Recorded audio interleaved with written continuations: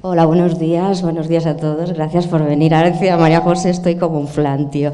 He estado en un montón de eventos y de sitios, pero tan nerviosa como ahora mismo, hacía mucho tiempo que no estaba. Arriba, arriba. En fin, no sé, los que estuvisteis en el primer Pediatic, yo pedí la mesa, la de maternidad. Quería la mesa de maternidad porque me pareció en ese momento la que más me identificaba. En esta vez también he pedido, yo soy un poco pidona, y he querido esta mesa, que al principio dijimos va a ser la más geek, y luego tampoco me parece que lo sea tanto, pero yo creo que está llena de personas que a mí, por un motivo o por otro, me han influenciado mucho, a las que admiro mucho y que me han ayudado en diferentes momentos y que ahora pues os iré presentando. Entonces, yo creo que las personas que vais a ver son las mejores en los temas que se tratan. Lástima que dijimos un formato de 10 minutos y es verdad que es muy difícil ajustarse al tiempo y hablar en ese poco tiempo cosas tan interesantes. Yo creo que son los mejores, o como mínimo los que mejor os lo van a saber explicar. Todos son blogueros. Es una mesa que al final hay bastante pediatra, hay enfermería, que también se nos criticó un poco, que no habíamos contado con enfermería. Y realmente el más geek de todos es Antonio, que es con quien vamos a empezar. Antonio es una de las que pone Pediatic, que somos muy organizados, somos médicos, sí, que esa es la de Antonio. Antonio, él se presenta como informático y blogger y pone en su perfil democratizar el aprendizaje del blogging. Y es verdad, es una persona muy generosa. Para mí ha sido mi salvador, porque mi página este verano que hice la migración de Blogger a WordPress, sin él hubiera sido un desastre, y en 10 días la tuvimos arriba y ahí le tenemos. Y nos va a hablar sobre SEO, posicionamiento. Ya os digo, es una fuente de sabiduría, así que escuchad con atención. Adelante, Antonio. Gracias. Voy a dejar esto por aquí.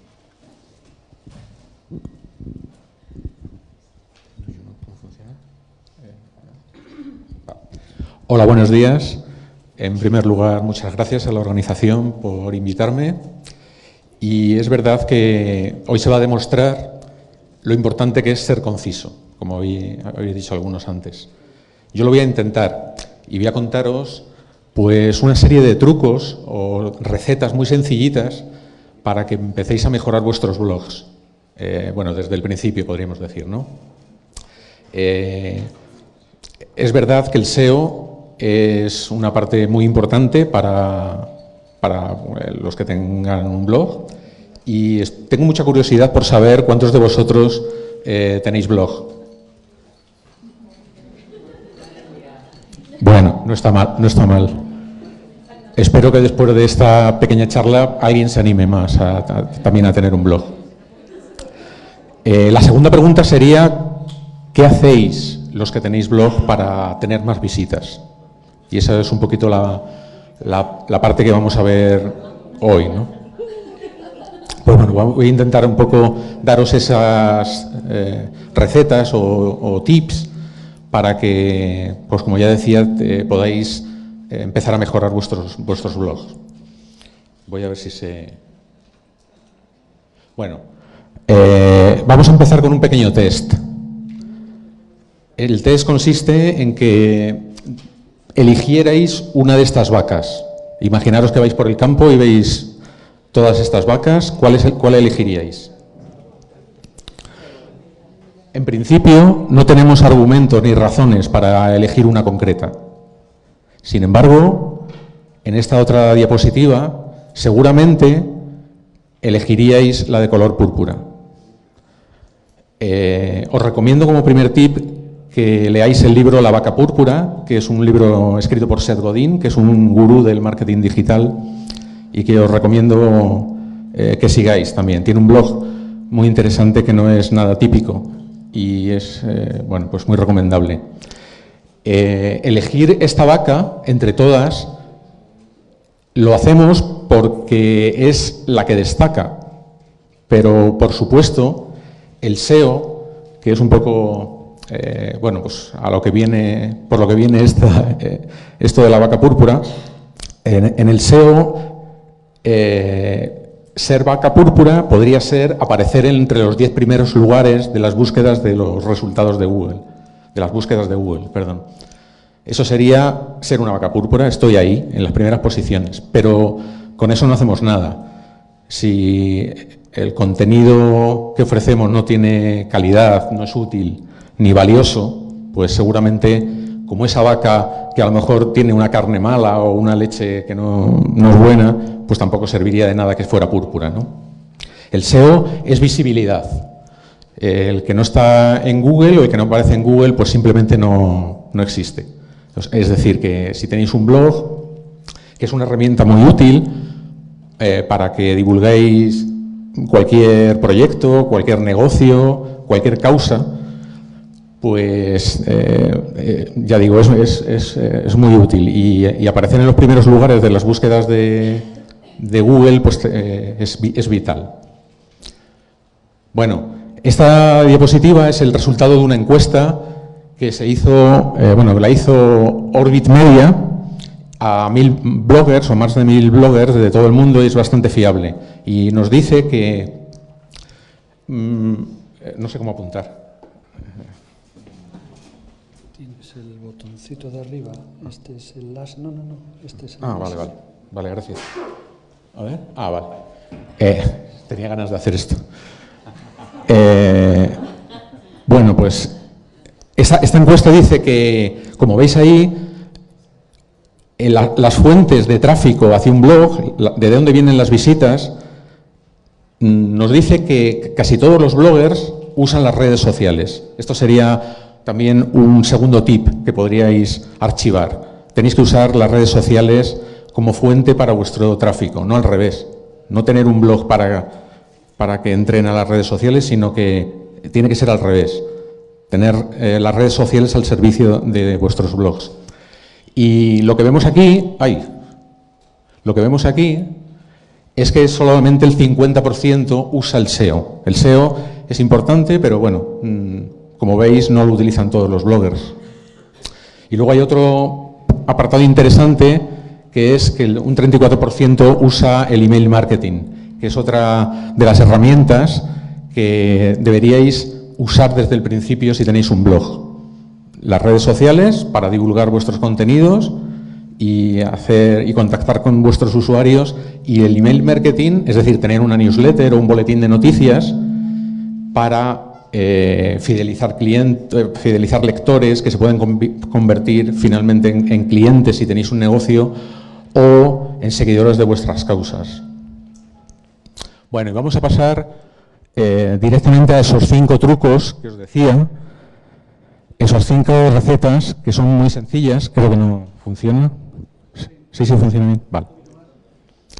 El primero de ellos es que tenéis que diseñar títulos atractivos. Nos vamos a referir en estos 5 trucos solamente a lo que concierne a escribir o a redactar un texto en un blog. ¿Vale? El SEO es mucho más, intervienen muchos más factores, pero esto que yo os quiero contar hoy aquí, en estos 10 minutos, serían unos pequeños trucos para cómo redactar bien un post de un blog de cara al SEO, un contenido, un texto. Entonces, el primero sería diseñar títulos atractivos. Es el punto de entrada a vuestros blogs. Tenéis que saber escribir buenos títulos que contengan la palabra clave por la cual queréis posicionar ese contenido, sobre todo. Y ahí os he puesto algunos ejemplos de títulos que estarían bien. Veis que se utiliza las preguntas o palabras guía, como son pues tutorial, manual, etcétera, y alguna otra cosa como preguntas del estilo ¿qué pasaría si lo que sea? O algún título un poquito más fuerte, ¿no? Como este que tenéis aquí. Bueno, esta presentación creo que ya está publicada en mi blog, antoniocamoreno.com, a las 10, creo que, si no ha fallado la publicación, pues está y la podéis ver. Es decir, que hay mucho texto, pero son capturas de pantallas, o sea que no os preocupéis demasiado. Lo que quiero decir es que tenéis que escribir títulos atractivos y os doy un par de consejos o de tips o de trucos. La revista Ser Padres seguramente también utiliza buenos titulares, pero a mí me gusta mucho especialmente los de la revista Women Health y bueno, hay la versión para hombres también. En las dos, en la portada, si tenéis tiempo, acudir a un kiosco o en internet y podéis ver qué titulares se utilizan y podéis aprender bastante de eso. Y el otro tip es que si tenéis también tiempo, pues leáis este libro de John Morrow que se llama 52 Headline Hacks para aprender a hacer los títulos. Bueno, voy a ir un poquito más rápido, que si no... elaborar textos fáciles de leer. Esto es importante. Tenéis que estructurar los textos en subtítulos, con subtítulos que contengan párrafos cortos y que utilicen frases de transición. Las palabras de transición son el y, entonces, por lo tanto, etcétera. Bueno, hay que lograr que el texto sea fácil de leer, que sea legible. Si utilizas WordPress, hay un plugin que se llama Yoast SEO que ofrece un asistente para ayudaros tanto en la parte de redacción con palabras claves como en la parte de legibilidad. Y esto es una captura de un contenido en el cual está todo bien porque los semáforos aparecen en verde. Esto sería lo que tendríais que utilizar si usáis WordPress, el plugin Yoast SEO. Un minuto, vale. Hay que publicar contenido largo. Esto es una encuesta de un estudio de SERPIQ en el cual se ve que conforme vamos avanzando hacia arriba en los resultados de las búsquedas, en la primera página, los primeros resultados son de más de 2.000 palabras. Neil Patel, que es otra de los gurús que os aconsejo que leáis y sigáis, dice, sin embargo, que bueno, eso está muy bien, que es mejor la calidad, por supuesto, que la cantidad, y que sobre todo tenéis que saber qué es lo que quieren vuestros seguidores, vuestros lectores, y qué es lo que quiere o qué es lo que hace la competencia. Y estudiando a vuestros seguidores, a vuestros lectores y a la competencia, pues sabréis elaborar esos textos en longitud. Bueno, y en contenido también. Otro apartado interesante que tenéis que hacer es, este es un poquito más técnico, pero el plugin que os decía antes de WordPress, Yoast SEO, también ayuda a elaborar estas etiquetas, estas metaetiquetas, título y descripción, que son del código HTML, pero que con el plugin podéis elaborar sin tener que entrar en el código. Vale. Y por último, esto ya digo, lo tenéis en la presentación y podéis leerlo tranquilamente o verlo. Aquí veis que, bueno, están los semáforos en rojo, es decir, que está todo mal y habría que arreglarlo. Y por último, que incluyáis las palabras claves tanto en esas metaetiquetas, en el título, hay que incluirlas también en el texto, de manera que la densidad, relación entre el número de palabras que tiene el texto, por ejemplo, ahí veis que hay 2.380, y el número de veces que se repite la palabra clave dentro del texto, pues sea suficiente. Por ejemplo, ahí se dice que la densidad de palabra clave bueno, está bien porque está en verde, es de 0,5% y porque se encontró 11 veces dentro de las 2.380 palabras. Bueno, esto significa que tenéis que rellenar el texto suficientemente de la palabra clave para que Google reconozca ese contenido como un contenido preparado para el SEO. Vale, pues es muy poco, 10 minutos. Lo tenéis ahí, también me tenéis aquí durante todo el día, o sea que podéis preguntarme lo que queráis. Muchas gracias.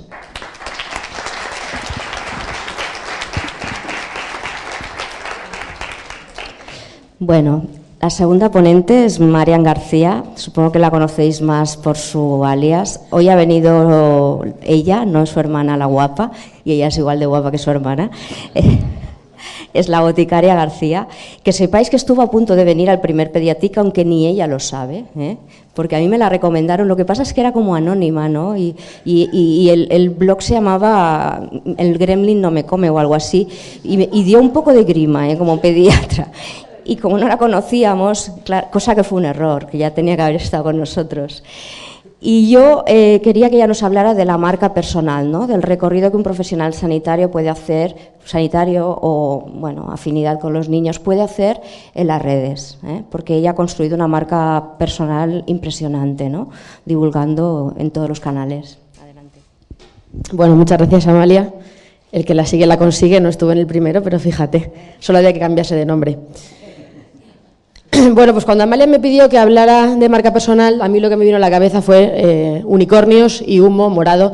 Digo, esto de la marca personal, los gurús, el coaching, todas estas sesiones que se dan ahora.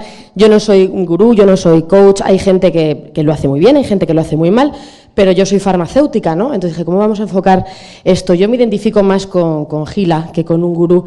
Gila decía que cuando él nació su madre no estaba en casa.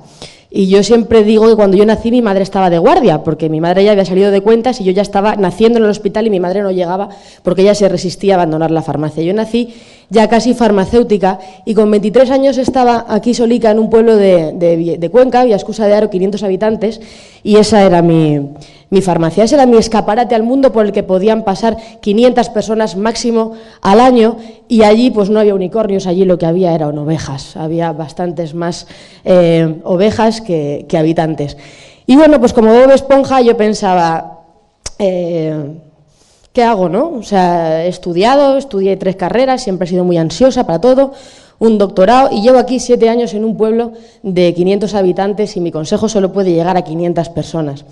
Así que pensé 2 cosas. Lo primero, ya que iba a trabajar más, que yo hacía muchas guardias y estaba allí mucho tiempo, había algo que me removiera las tripas, que mereciera la pena, y sí había algo, a mí me removía las tripas el doctor Google. Yo quería luchar contra el doctor Google, yo también quería estar en Google. Cuando la gente me decía, ¿he leído en Internet qué? Pues léeme a mí también, ¿por qué no?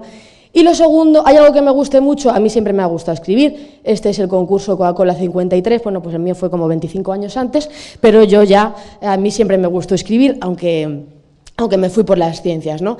Entonces, bueno, pues con estas 2 premisas monté mi escaparate al mundo, cambié ese escaparate de la farmacia por este escaparate virtual que era mi blog.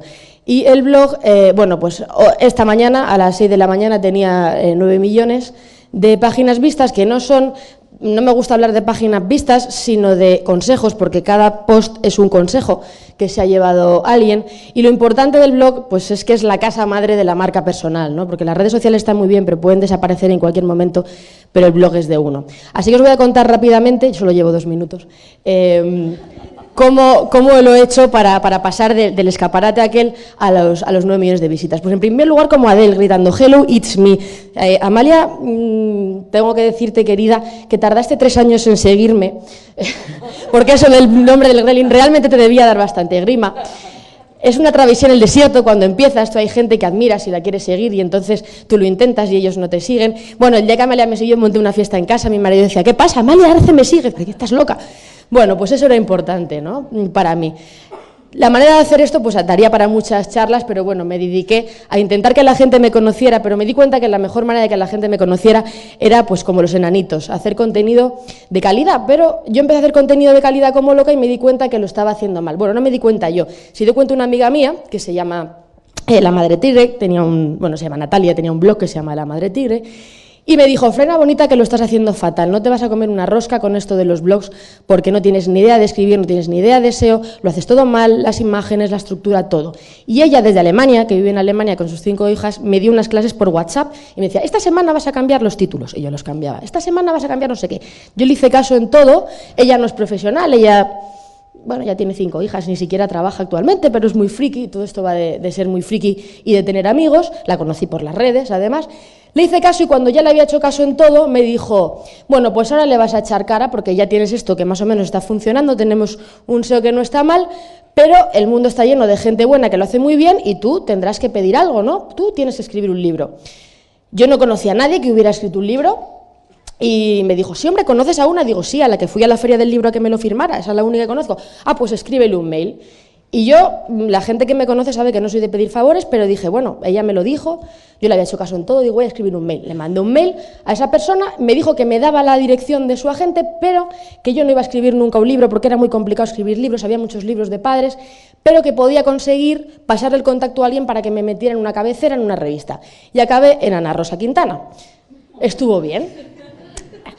Empezó la cosa a crecer y tuve que tomar la gran decisión. ¿Puedo con todo? ¿Puedo con la farmacia? ¿Puedo con las guardias? ¿Puedo con los niños? No, no podía con todo. Así que mi decisión fue dejar de dormir. Yo no podía dejar mi trabajo porque tenía que comer, así que decidí unilateralmente, en contra de mi consciente, que yo no iba a dormir. Y estuve 2 años durmiendo 4 o 5 horas al día para poderme preparar y hacer cosas. La segunda decisión fue que pasó un tren, me escribió un señor y me dijo que se había leído los 2 blogs, el de Grelin también le gustó a Amalia, que lo sepas, y que quería que yo escribiera un libro, pero me daba 4 meses, era un libro por encargo, de anécdotas de farmacia, el tema que él quería, yo no quería escribir de eso, quería divulgación, pero a él le interesaba eso, y aunque yo quería irme de vacaciones porque llevaba 2 años sin dormir, decidí, a pesar de los preciosos niños que veis ahí, que yo tenía que escribir ese libro porque yo había ido al concurso de Coca-Cola. Total, que escribí el libro y tenía que encontrar mi hueco fue el supositorio. Yo recorrí en 2 meses 70 radios contando el chiste del supositorio. Mis amigas me llamaban y me decían, es la 5ª vez que te escucho en la COPE contar el chiste del supositorio, luego os lo cuento. Bueno, aquello era una chorrada, a mí me repateaba ir a la radio a hablar del chiste del supositorio, pero en realidad aquello funcionaba y lo que hice fue aprovechar. Yo estaba ya hablando de mi libro en la 2 y es la 3ª temporada que llevo en la 2 porque después de contar el supositorio yo le expliqué a ese hombre que es muy simpático que yo podía hablar de salud y hacer otras cosas. Luego me llamaron de Saber Vivir y estuve todo el verano pasado colaborando, todo el verano pasado también me quedé sin vacaciones por segundo verano. Esto fue el día de mi cumpleaños, me estaba cantando Silvia Jato cumpleaños feliz, yo le dije en directo que era mi cumpleaños, también le eché un poco de cara, pero quedó muy divertido.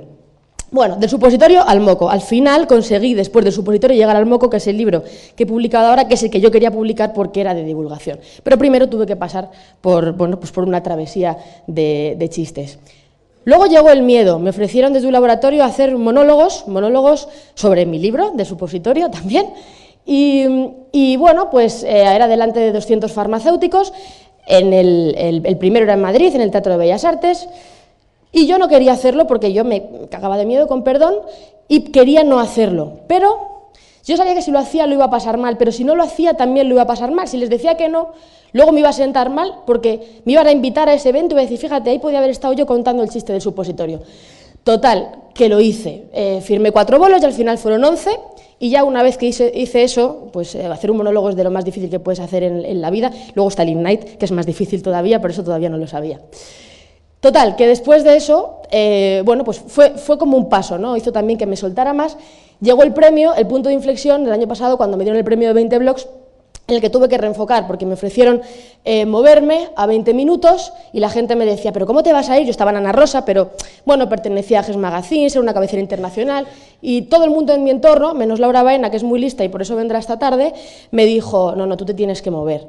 Y bueno, pues me moví, cambié el enfoque, porque aunque GES era muy bien y me ofrecían hacer cosas de manera más potente, yo quería llegar a la gente y realmente aquello era un nicho y 20 minutos era la calle y yo quería llegar a la calle. La pregunta del millón, muchas veces en la marca personal es ¿qué haces con la gente que te ataca? ¿Qué haces con los trolls? ¿No? Bueno, pues torearlos y un poco, pues es como Jesulín, ¿no? Siendo listo pero sin parecerlo. Os voy a poner un ejemplo del 26 de septiembre de este año. Esta señora, que es farmacéutica, me puso absurda entrevista totalmente superficial para idiotas, la profesión en la encrucijada y hablando de naderías, Boticaria García, te has lucido. Esto es una entrevista que me hicieron en Radio Nacional, el programa no es un día cualquiera. Y a veces dicen, no, es que los trolls son un tío que está en Móstoles en calzoncillos y es un... Bueno, contestó Amadeo Petitbo, que fue el presidente del Tribunal de Defensa de la Competencia. Y también opinaba que trivialicé la profesión, es decir, hay trolls y trolls, ¿no? Estos eran trolls un poco de categoría. Así que pues yo me callé. La tía siguió, como no dije nada, al rato siguió. Mencionó al presidente del Consejo General, para la gente de coeficiente intelectual 0, vaya majaderías y lo promociona al presidente, otro que tal baila penoso. Bueno, pues yo no me callé, no dije nada, le puse luego ya, unas horitas después, puse este mensaje, queridos haters, Tengo mucho más para enfadaros, pero solo de pacientes que ya os llegará, ya os iré soltando más cositas, tranquilos.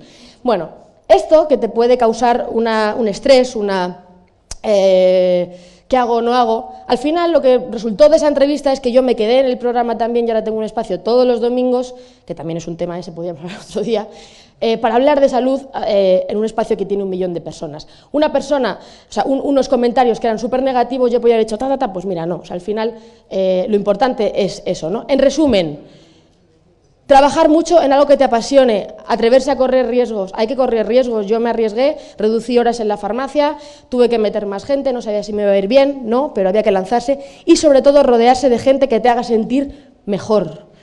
De que te haga sentir también, pero en este caso que te haga ser mejor. Os he puesto ejemplos aquí, está Laura, aquí están Aitor Sánchez y Lucía, pero no por tener amigos y buscar su influencia, no por tener amigos que te vayan a ayudar, no, cuando Aitor y Lucía, de Dime qué comes, y mi dieta cogea me dijeron, vente a carne cruda, para mí fue un reto, eran mucho mejores que yo en lo que estábamos hablando, yo era ahí la que menos sabía. Pero el reto era rodearme de ellos para saber hacerlo mejor. Y este es Carlos Santos, que es un periodista con el que cuando puedo pues también me tomo una caña porque me enseña muchas cosas.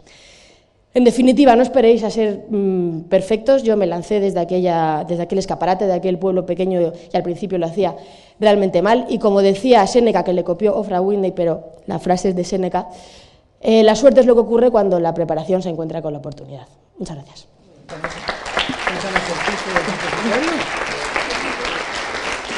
El chiste del supositorio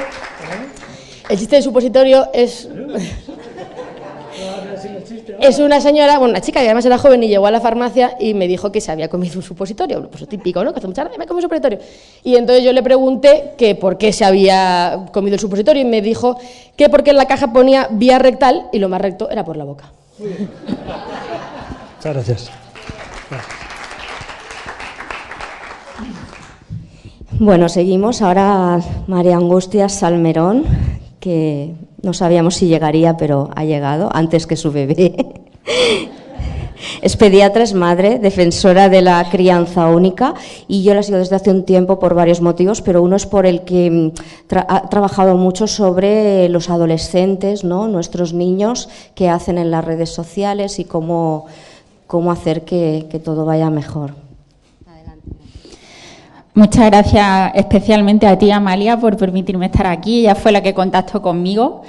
Yo soy blogger, pero totalmente aficionada, ¿eh? La verdad, bueno, sigo a muchos de vosotros, conozco a la boticaria, bueno, a Amalia desde hace mucho tiempo. Y bueno, y la verdad que mi blog nació un poco pues a través de ser madre, y por eso el título de Mi mamá ya no es pediatra, porque me di cuenta cuando tuve mi hija, pues que con mi hija no podía ser pediatra, ¿no? Era su mamá, pero no era su pediatra. Y también me di cuenta de la cantidad de cosas que recomendamos como pediatra, que cuando eres madre te preguntas qué has hecho, ¿no? A veces con tus pacientes. En mi vida profesional trabajo en el Hospital La Paz y también en la Ruber Internacional, y me dedico fundamentalmente a la adolescencia. Y un poco por accidente, porque fue así, empecé a trabajar en el acoso escolar y en el ciberacoso, y ahora me he visto hablando de Internet y de adolescencia. Y me pidió Amalia que hablara de adolescencia y redes sociales. La verdad que resumir esto en 10 minutos es muy complicado. Yo le decía a Amalia, lo que más trabajo me ha costado es saber qué quería decir. Porque claro, en 10 minutos lanzar 2 o 3 ideas clave. Vamos a decir muy someramente qué son las redes sociales, pero pensando en qué son las redes sociales para el adolescente. Que la adolescencia, ¿qué le puede aportar al adolescente las redes sociales? Y yo creo que es algo súper importante, ¿no? Y es un tema que luego se tratará también, de cómo ha llegado el adolescente hoy a las redes sociales, ¿no? Y todo el tema de los nativos digitales. ¿Qué son las redes sociales? Son una herramienta. Realmente no son ni buenas ni malas. Todo depende de cómo lo utilices y qué uso hagas de ellas.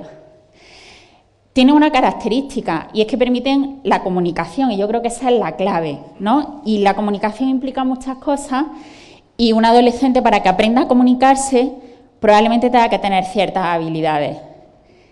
Y es una comunicación remota. ¿Y por qué pongo remota y entre comillas? Porque están pensadas para que tú no te comuniques con el que tienes al lado, sino que puedas lanzar tu mensaje a un grupo grande de personas o que te comunica a lo mejor de tú a tú a alguien que tienes lejos, ¿no? Incluso a gente que no conoces. Y esa característica también implica que toda la parte del lenguaje no verbal se pierda.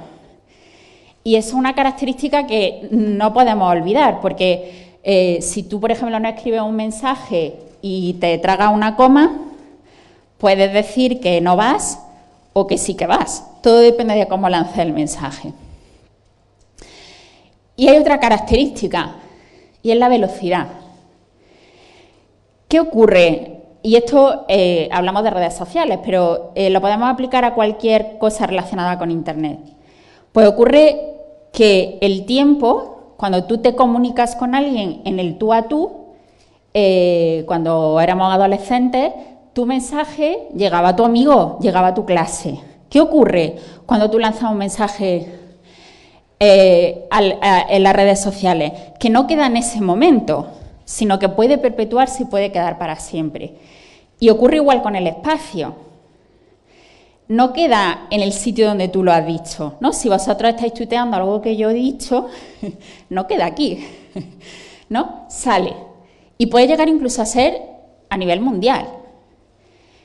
¿Eso qué ocurre? Que hace que la velocidad sea muchísimo mayor, la inmediatez sea muchísimo mayor y la difusión del mensaje sea muchísimo mayor.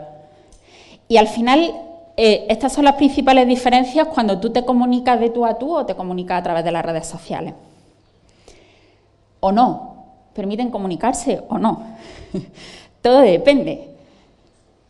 Probablemente si tú le pones esta diapositiva a un adolescente, el adolescente te dice que por supuesto que se está comunicando. Probablemente muchos de los que estamos aquí, si vemos esta imagen, pensamos que los que están aquí, los que están en esa imagen no se están comunicando, aunque se pueden estar comunicando con otros. Pero para el adolescente esto significa comunicación.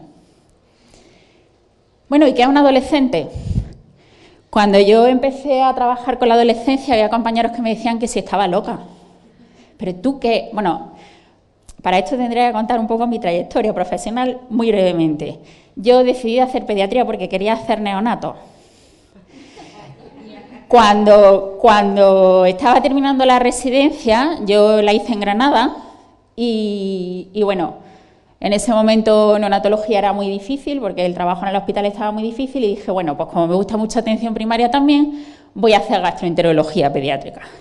Bueno, eso me trajo a Madrid y al final fijaros dónde he terminado, ¿no? Bueno, pues mis compañeros, cuando yo dije que me iba a dedicar a la adolescencia, que también fue por situación, yo no la elegí, la gente lo que me decía es si estaba loca. Pero tú, ¿qué haces con los adolescentes? ¿Qué les vas a contar? Pero si son personas que irritan, que en cuanto entran en la consulta lo único que hacen es hacerte sentir incómoda. Y esa es un poco la imagen que tienen en general hasta los propios padres, ¿no? Sienten que tu hijo es tu hijo hasta que llega a ser adolescente y se convierte en extraterrestre, ¿no? Hay muchas definiciones de adolescencia. Está la definición de la OMS que dice que es la segunda década de la vida y que es el cambio de pasar de la infancia a la edad adulta, ¿no? Y esa transformación biopsicosocial. Pero a mí hay una definición que me encanta, que es de una periodista que se llama Eli del Valle, que tiene un libro que se llama Un adolescente bajo mi techo, y dice que el adolescente es aquel, es el momento en que tu hijo pasa de ponerse las zapatillas de deporte a encerrarse en la puerta del baño a ponerse los zapatos, ¿no? Y yo creo que eso lo define muy bien, ¿no? El periodo desde que tu hijo se pone zapatillas de deporte hasta que llega a ponerse los zapatos. Evidentemente estamos hablando de desarrollo psicoevolutivo, pero tenemos que tener en cuenta que a nivel neurológico el adolescente, lo último que se forma es la corteza prefrontal y ese es el freno del cerebro. Y lo que tiene más desarrollo del adolescente es su parte límbica. La inmediatez, la impulsividad, ¿no? La incapacidad de planificación. Redes sociales. ¿Qué va a hacer el adolescente en su adolescencia? Luchar contra lo aprendido, va a formar su personalidad. Necesidad de pertenecer al grupo, va a empezar a socializarse. la inseguridad, ¿no? El poder autoaceptarse a sí mismo y también autoaceptar al entorno. Y, por supuesto, una menor capacidad de autocontrol y un mayor cerebro emocional. ¿Y qué le dan las redes sociales? El anillo al dedo, ¿no? Si yo fuera adolescente, me encantaría estar en las redes sociales. Me dan inmediatez, ¿no? Yo mando un mensaje y mi amigo me contesta al segundo, ¿no? Fomentan mi impulsividad, mi gratificación inmediata. Y encima puedo llegar a un montón de gente y en la mayoría de las redes sociales casi lo único que se permite es que digan que me gusta. Pues lo tengo todo, ¿no? Permite que se socialice con otros adolescentes. Y eso para el adolescente es algo muy importante, sobre todo, fijaros para los adolescentes que precisamente les cuesta trabajo socializarse. De hecho, la sensación que tienen ellos cuando tú hablas de redes sociales con ellos, que dicen, es que si a mí me quitan las redes sociales, a mí me convierte en una persona completamente aislada, porque no me entero ni cuándo mis amigos quedan, ni qué hacen, ni qué dicen, ni... Para ellos es algo fundamental. La socialización con adultos, ¿no? Aunque esto puede ser un riesgo. El problema de la escasa supervisión en las redes sociales, que ahora vamos a hablar un poquito de eso. La gran audiencia, el adolescente tiene que ser consciente de eso que hemos hablado antes, que ya no lanza un mensaje de tú a tú o de tú a tu clase, sino que está lanzando un mensaje que puede llegar a cualquier sitio. Le permite crear, y esto es una de las cosas que yo creo que es un paradigma que en el niño tenemos que darle la vuelta. ¿Por qué siempre los convertimos en consumidores de las nuevas tecnologías? ¿Por qué no los convertimos en creadores de las nuevas tecnologías? Probablemente si le preguntáis a un adolescente si tiene Twitter o tiene Instagram, porque es donde suelen estar, te van a decir que sí. Pero si tú le preguntas cuántos tienen un blog, probablemente el número de adolescentes que tienen un blog es muchísimo más pequeño. Y esa interacción no directa muchas veces lo que hace es que aumente su impulsividad. Y al final todas estas ventajas o posibles riesgos están relacionados con riesgos específicos, ¿no? Los conflictos, el ciberacoso, el grooming, ¿vale? Los problemas de identidad digital, de netetiqueta, los problemas de privacidad, que son un problema muy importante en la adolescencia, el consumo, la adicción a las nuevas tecnologías, ¿vale? Y al final mayores riesgos. ¿Por qué pongo esto? Porque yo creo que es muy importante que lo entendamos. El adolescente de hoy, ¿cómo ha llegado a las nuevas tecnologías? Hay dos conceptos. Una cosa es el aprendizaje instrumental y otra cosa es la madurez. ¿Qué significa el aprendizaje instrumental? El uso tecnológico, el poder abrir y cerrar aplicaciones o el poder encender o apagar. Evidentemente, la mayoría de los que estamos aquí probablemente no hemos nacido exactamente con la tecnología, pero nos sentimos muy familiarizados. ¿Pero qué ha ocurrido? Que no ha llegado la tecnología en un momento de nuestra vida en la que teníamos cierta madurez. Entonces, por supuesto que hay adultos que hacen las cosas muy mal. Yo me pongo enferma cada vez que abro mi Facebook y veo que todas mis amigas ponen todas las fotos de su hijo desde la cesárea hasta el primer cumpleaños, el segundo cumpleaños, el tercer cumpleaños. Me callo, ¿eh? Pero a veces me da ganas de no callarme. Pero bueno, en general hemos llegado con cierta madurez. Y al final el aprendizaje instrumental no es tan complicado. A lo mejor en cosas muy concretas tenemos que leernos algún manual, pero bueno, llegamos. ¿Qué le ha ocurrido a las personas que han llegado a la tecnología ya con una edad más avanzada? Pues que para ellos el aprendizaje instrumental es muchísimo más complicado, pero son muchísimo más cautos. Al final utilizan Internet solo para lo que realmente le interesa, ¿no? Yo os pongo un ejemplo. Mi abuela, cuando llegó a las nuevas tecnologías, que fue en el ordenador de casa de mis padres, ella no podía entender que moviendo el ratón a la derecha del teclado se movía la flecha. Ella ponía el ratón en la pantalla del ordenador. y por más que le explicaba que podía dejarlo a la derecha, no lo dejaba, porque ella tendía a poner, pues, ese es el aprendizaje instrumental. ¿Qué le pasa al niño, al adolescente de hoy, que ha llegado a la nueva tecnología desde que era muy pequeño? Y por supuesto que tiene ese aprendizaje instrumental, pero el problema es que le faltan probablemente muchas habilidades, ¿vale? ¿Qué tiene que tener un adolescente para llegar a esas habilidades y hacer un uso adecuado de las redes sociales? Pues la educación en valores. ¿Sabes lo que es el respeto? ¿Sabes lo que es la empatía? Tiene que manejar muchos conceptos abstractos. tiene que también tener herramientas de habilidades sociales en el tú a tú. Y eso no es fácil. Tiene que conocer los riesgos. Y el aprendizaje tiene que ser progresivo y tiene que tener una serie de modelos y límites. Y al final, me voy a saltar el vídeo, si queréis podéis buscarlo.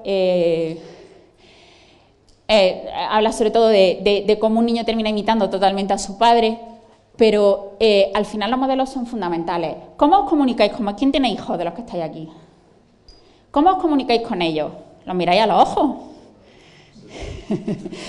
¿Vale? Realmente mostréis interés por lo que ellos dicen, les dedicáis tiempo, porque ese es el modelo de comunicación que van a tener vuestros hijos. Y la importancia de los límites, ¿no? Si nosotros nos vamos al Cañón del Colorado, al mirador que hay, si ese mirador no tuviera una barrera, probablemente nadie se atrevería a subir al mirador del Cañón del Colorado, porque la sensación que te da es que te vas a caer. ¿Qué es lo que hacen los límites? Dar seguridad. Y a nuestros hijos, al final, pues en las redes sociales le tenemos que poner límites. Y muy rápidamente, para llevaros a casa, las redes sociales son una herramienta que permiten comunicarnos, o no, con unas características diferentes a la comunicación tradicional. Las redes sociales aportan al adolescente realmente lo que el adolescente necesita, y de ahí derivan los riesgos y también los grandes beneficios. Y para que la infancia pueda hacer un uso responsable y autónomo de las redes sociales necesita tener cierto grado de madurez, tener unos buenos modelos y límites y, sobre todo, tener supervisión.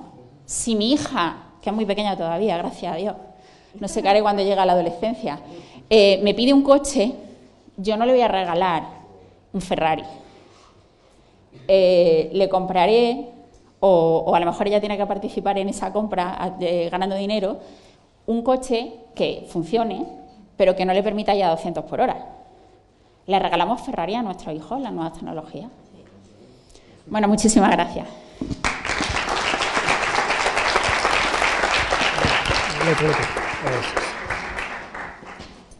Muchas gracias.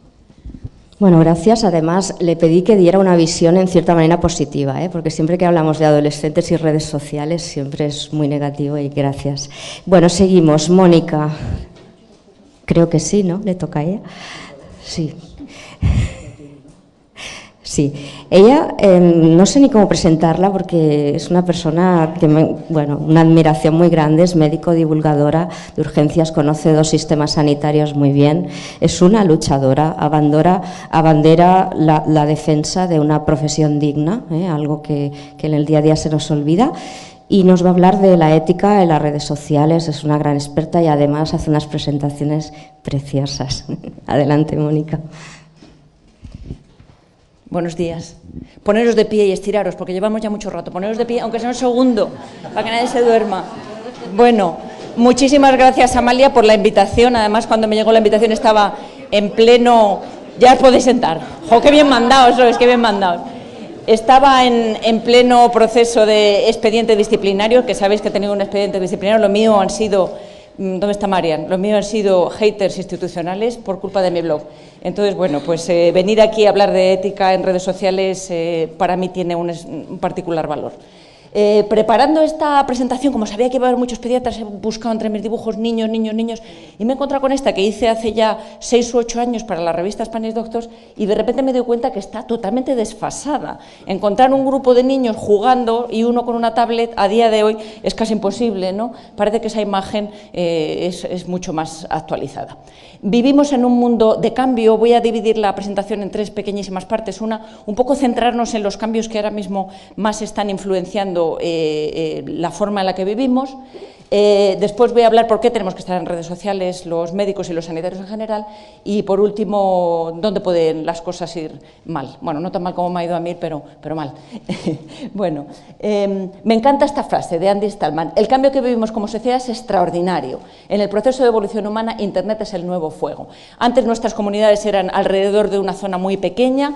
Mi círculo hace tan solo unos años era la gente a la que físicamente conocía, y sin embargo ahora mi círculo es enorme, y de hecho la la mayoría de mi círculo, el círculo que tanto me aporta ahora mismo, no les conozco y probablemente no les conozca nunca. Eso no se ha dado nunca en la historia de la humanidad, es absolutamente sensacional.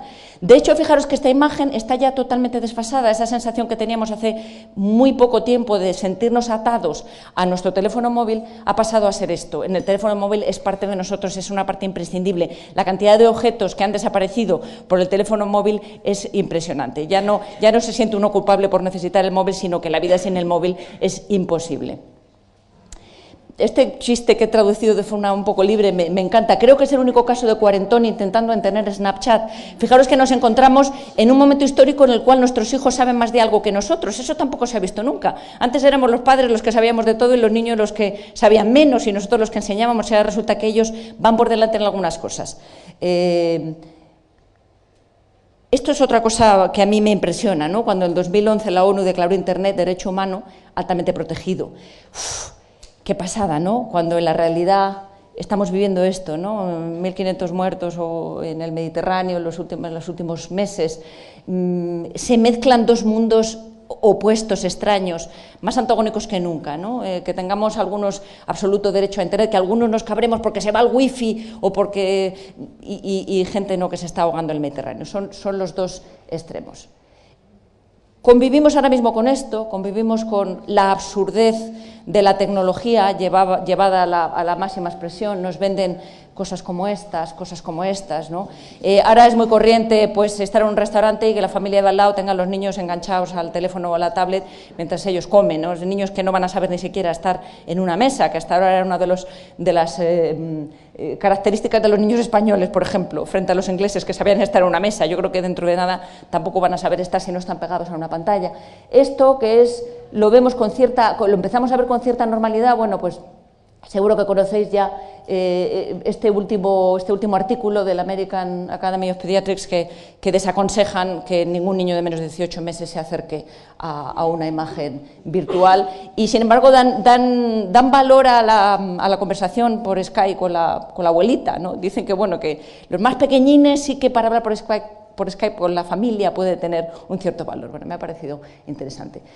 No hay que demonizar, sin embargo, la tecnología, las redes sociales son fantásticas y, de hecho, bueno, pues esto es encantador, ¿no? El Facebook aumenta la esperanza de vida. El Facebook no deja de ser una red social. Uno de los factores que marcan la felicidad es ser parte de algo y Facebook te hace ser parte de una comunidad, con lo cual pues no me extraña que tenga ya sus beneficios para la salud.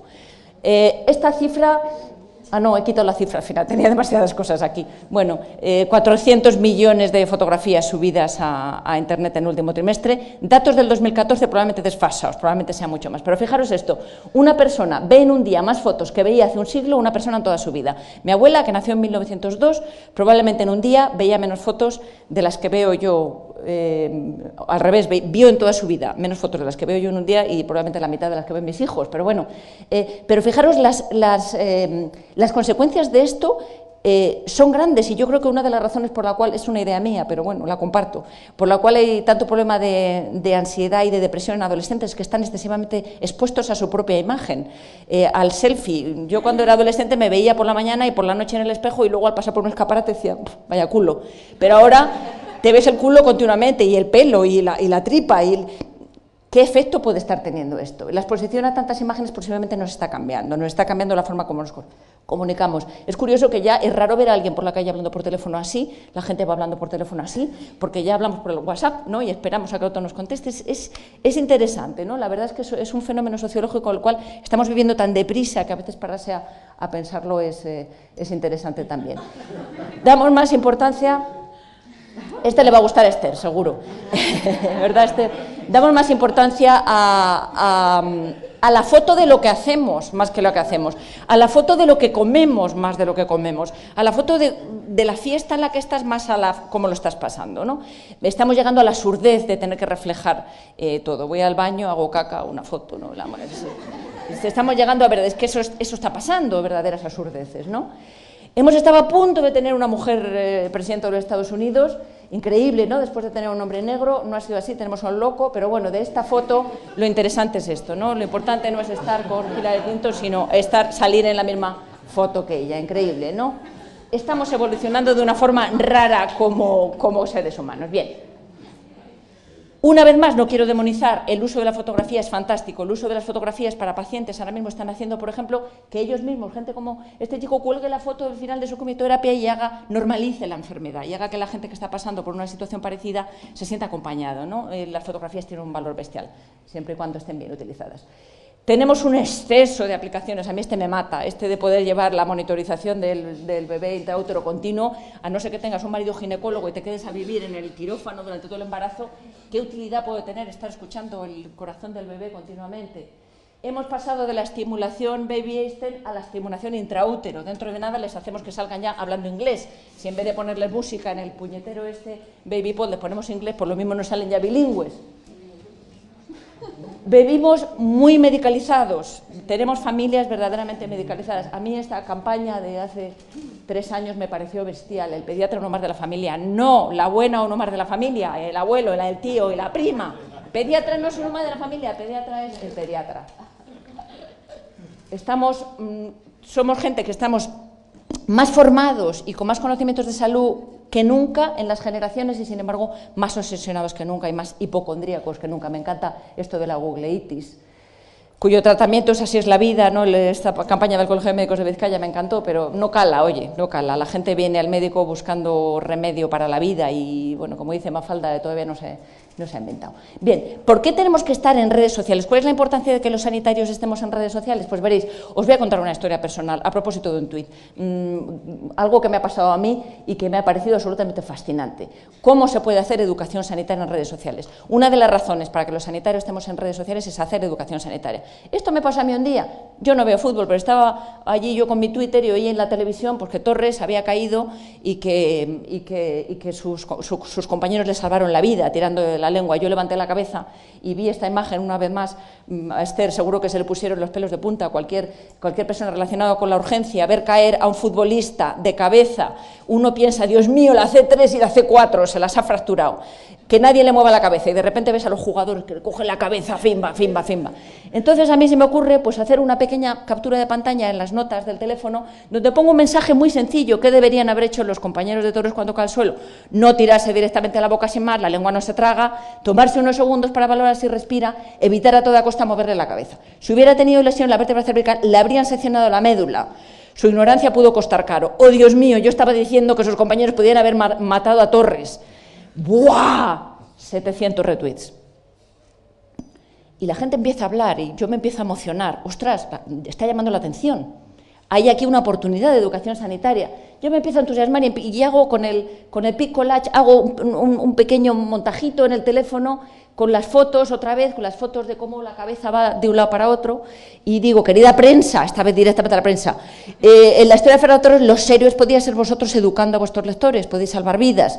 Si no ha sido por un golpe, ponerlo de lado, nunca meter los dedos en la boca. Si ha sido por un golpe, nunca girar la cabeza. Si tiene lesión vertebral, podíais seccionar la médula. Si tras un golpe está inconsciente y respira, evita mover el cuello, protegiéndole así. Otra vez, bestial, no sé cuántos retweets en un rato. Ya alguien crea la lengua no se traga y se empieza a sumar gente, fantástico, el hashtag la lengua no se traga, y empiezan a salir cosas absolutamente sensacionales, como pasa siempre los tuiteros españoles, mucho más inteligentes que los ingleses, por cierto. Yo ya empiezo a animarme, ¿no? Y a crear, es que me parece divertidísimo, ¿no? Situaciones que meter los dedos en la boca son seguras y correctas. No, sí, de parte de un médico de urgencias, de nada. Por la mañana, esto fue el viernes por la noche, por la mañana que eran las elecciones en América, yo fui trending topic en Madrid con mis chorradas, con mi educación sanitaria. Trending topic, Dios mío, y salgo en el mundo deportivo del Atlético de Madrid, que ya empiezan a decir, ¿qué hacer si una persona se desvanece? La doctora Mónica Landa lo cuenta con ilustraciones.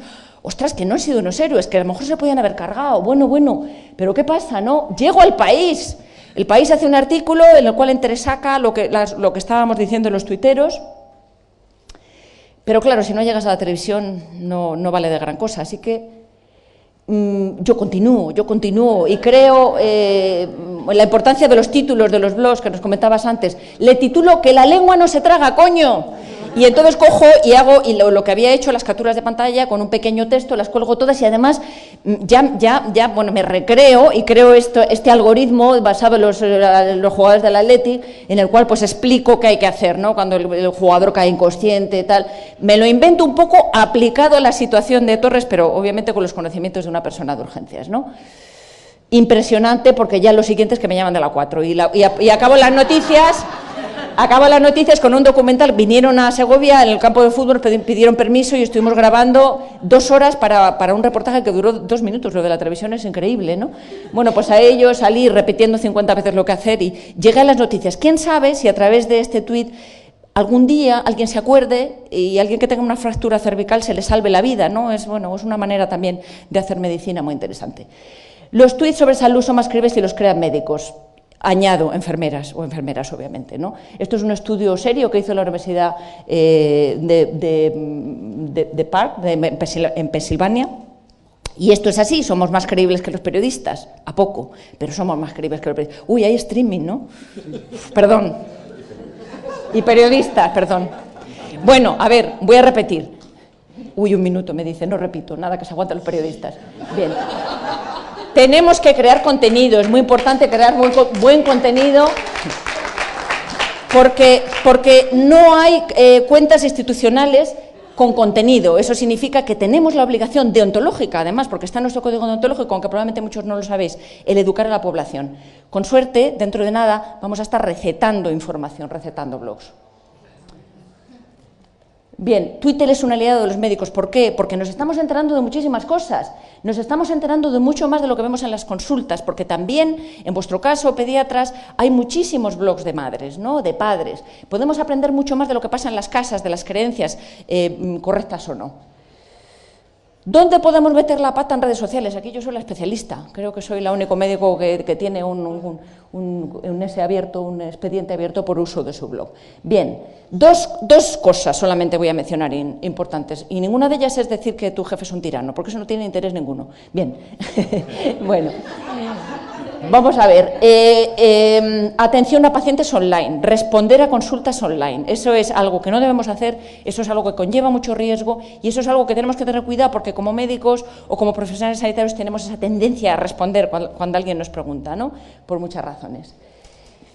Particularmente peligroso en pediatría. Yo recuerdo cuando abrió la página inicial de el pediatra de mi hijo y porque ya no era lo que nosotros colgamos, sino el proteger a los padres de colgar en cuentas de este tipo y en foros de este tipo, colgar fotos de sus hijos que uno se quedaba de piedra, ¿no? Como los padres colgaban para que viéramos el ras del pañal, las partes de los niños y tal, y realmente las redes están llenas de depravados, y una foto que un padre cuelga de una forma totalmente, pues sin ninguna malicia, ¿no? Puede acabar en malas manos. Bien, ¿qué debemos colgar? ¿Qué podemos colgar? ¿Qué es correcto colgar? Ayer creé un algoritmo que colgué ya en mi blog y buscando fotos, bueno, pues esta foto me llamó la atención, esta es una foto de una varicela muy severa que colgaron unos padres en su Facebook y resulta que alguien la captó y la utilizó para crear una campaña falsa de un cáncer muy agresivo y acabaron captando dinero para una campaña falsa de un cáncer en un niño cuando lo que era una foto de varicela. ¿Qué es correcto colgar? Los médicos y los sanitarios en general tenemos acceso a fotos fantásticas, súper interesantes, súper morbosas, porque al fin y al cabo nos encanta el morbo, porque somos humanos. Los accidentes de tráfico, las colas que se crean, es porque la gente se para a ver si hay sangre y trocitos. Y en las fotos ahora mismo de los atentados, hasta los más normales entramos a ver si ese trocito que se ve en el suelo es una pierna. Somos morbosos, nos gusta el morbo, ¿no? Y entonces tenemos acceso a este tipo de fotos. ¿Es correcto colgar esto? Podemos colgar cualquier cosa solamente porque tengamos acceso a esas fotos, no hay que pensar. Bueno, ayer he creado este algoritmo basado un poco en la guía de buen uso de redes sociales para médicos, del cual tuve la suerte de ser coordinadora, y esto es una cosa un poco sui generis basado en eso. Soy sanitario, hago una foto interesante en el trabajo, quiero colgarla en redes, ¿es apropiado? Eso se nos plantea muy a menudo, si es apropiado colgar una foto o no. Si nos paramos ahí, si fuéramos capaces de hacer esto, ya sería un paso grande, el hecho de que nos planteáramos, ¿no? Y no fuera clic, la cuelgo, uy, qué interesante. Bien, mi razón principal para colgar la foto, ¿cuál es? Pues es que la mayoría de las veces es morbazo puro o autobombo. ¿Es esa la única razón? No la cuelgues, bórrala del teléfono. Si no es docente o es porque vas a pedir una opinión, que también se puede dar el caso. ¿Es reconocible el paciente? Sí. Fuera, no la cuelgues, bórrala de tu móvil. Si el paciente no es reconocible, y eso no solamente implica que se le reconozca la cara, sino porque por cualquiera de las características de esa foto, la gente que le conoce le puede reconocer, que puede ser el bolso el que lleva colgado, puede ser el pelo o puede ser la forma de la pequita que tiene en el hombro que su marido conoce perfectamente. ¿Le has pedido? No es reconocible. Bien, si es reconocible la cuelgas y la borras. No la cuelgas y la borras, perdón. Pero si es reconocible, si no es reconocible, me estoy haciendo yo sola, con esto que me quedaba un minuto y estoy ocupando 4 más, pues ya me hago yo sola un lío. Bien. ¿Le has pedido permiso? Porque hay que pedir permiso. Porque resulta que las imágenes no son nuestras, son del paciente. Incluso una radiografía no es nuestra. No nos pertenece a nosotros, nos pertenece cuando somos pacientes. ¿No has pedido permiso? No la cuelgues, bórrala de tu móvil. Y si has pedido permiso y se cumple todo, que tienes una razón docente, que el paciente no es reconocible de absolutamente ninguna manera, y que el paciente te ha dado permiso y además entiende para qué, porque a una señora de 90 años tú la pides permiso para colgar en Twitter, estas veces no, el consentimiento informado pasa a ser más consentimiento que informado, como la mayoría de las veces en la vida real también. Bien. Entonces cuélgala. Eso sí, no la lleves en el teléfono. Los sanitarios llevamos el teléfono petado de fotos que no deberíamos llevar, y eso es un hecho. Tiene implicaciones también legales. Los sanitarios que fotografían pasillos con pacientes se exponen a sanción. Esto es interesantísimo. Una enfermera pierde su trabajo por enviar la foto del pene a pacientes inconscientes. Bien, la ley se empieza a poner al tanto de la tecnología. La ley y la ética siempre van por detrás. Y esto es un poco el resumen de la guía de buen uso de redes sociales, las cuales pues, he mencionado las dos que a mí me parecen ahora mismo que son las más peligrosas de faltar y las más graves, ¿no? La confidencialidad de los pacientes y dar consejo médico y el mal uso de imágenes. Y con esto y un bizcocho acabo. Muchas gracias.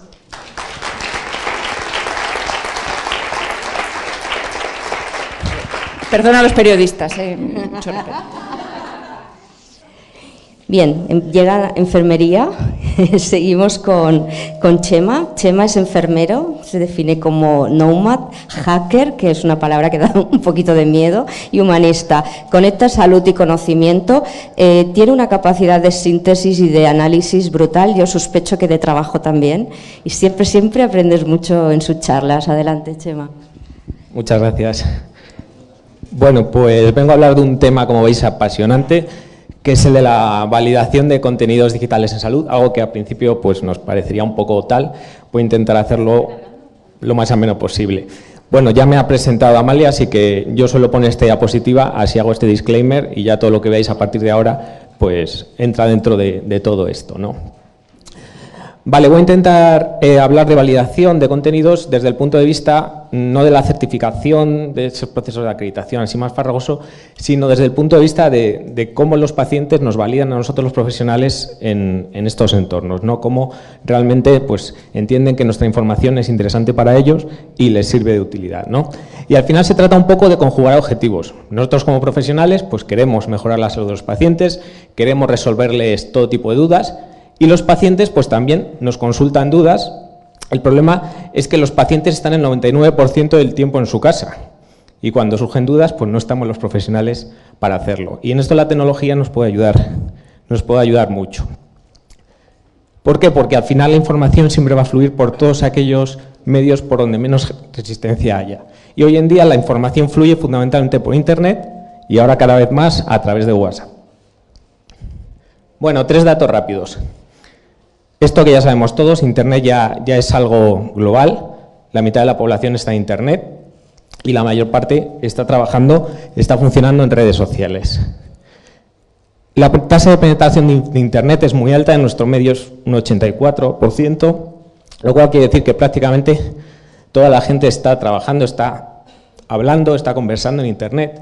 Y esto es muy importante, y es que el 60% de los pacientes ya empiezan a buscar información de Internet para su salud a través de Internet. ¿Pero qué pasa? Pues que si hablamos y preguntamos a los pacientes, aquellos que tienen hijos a su cargo, ese porcentaje sube hasta un 76%. Y si hablamos de madres, subimos a un 84%. Con lo cual los pediatras, pues tenéis suerte, porque realmente los que trabajáis en este campo pues tenéis un nicho de mercado muy amplio, ¿no? Realmente hay mucha gente buscando Internet, buscando contenidos, buscando información. ¿Qué más nos dice la gente? Pues que el grado de confianza que tienen en nosotros los profesionales es muy alto, todavía superior a Internet, redes sociales, aunque la confianza en redes sociales y en Internet va en aumento, y es algo que tenemos que tener en cuenta. Y hay problemas también, porque la mitad de los pacientes desconocen si las páginas que consultan son confiables, y casi la mitad tiene problemas a la hora de entender la información en salud. Y aquí ya nos están dando pistas de lo que quieren que nosotros hagamos en estos espacios. Bueno, pues al final el proceso de validación yo lo he definido así, ¿no? Es un poco un círculo de confianza que tenemos que generar nosotros a través de nuestros contenidos, y tenemos que conseguir que ese usuario que está ahí, perdido en el medio de Internet, pues se meta dentro de nuestro círculo de confianza. La validación no solo ocurre en Internet, los pacientes ya nos validan a nosotros dentro de nuestras consultas. Cuando alguien viene a nuestra consulta, nos está validando como profesionales. Los pacientes, los usuarios, tienen unas creencias, tienen unas expectativas hacia su salud, y luego, por otro lado, pues valoran si lo que nosotros le decimos concuerda con esas creencias, con esas expectativas, si somos creíbles y, sobre todo, si somos fiables, si acertamos, ¿no? Y aquí he querido resumir un poquito lo que creo que pasa cuando un paciente entra en Internet, cómo se produce esta validación, este proceso de validación de contenidos. El paciente parte normalmente de una pregunta, y ante esa pregunta, que normalmente hace también en un buscador como Google, pues se le ofrecen una serie de resultados. Puede que llegue a nuestra web y allí van a pasar una serie de cosas. Va a preguntar si esa página le parece correcta, le parece adecuada, le sirve para ese problema de salud que tiene, si se fía, y realmente si pasa todo eso, entonces ya nos validan como profesionales. Y esto es importante porque en todo ese proceso se puede perder la gente. Si nosotros le perdemos en cualquiera de esos pasos, esa validación ya no se va a producir. Pero por el contrario, si conseguimos que el paciente, el usuario, el padre, la madre llegue al final, pues vamos a tenerle ganado prácticamente para siempre.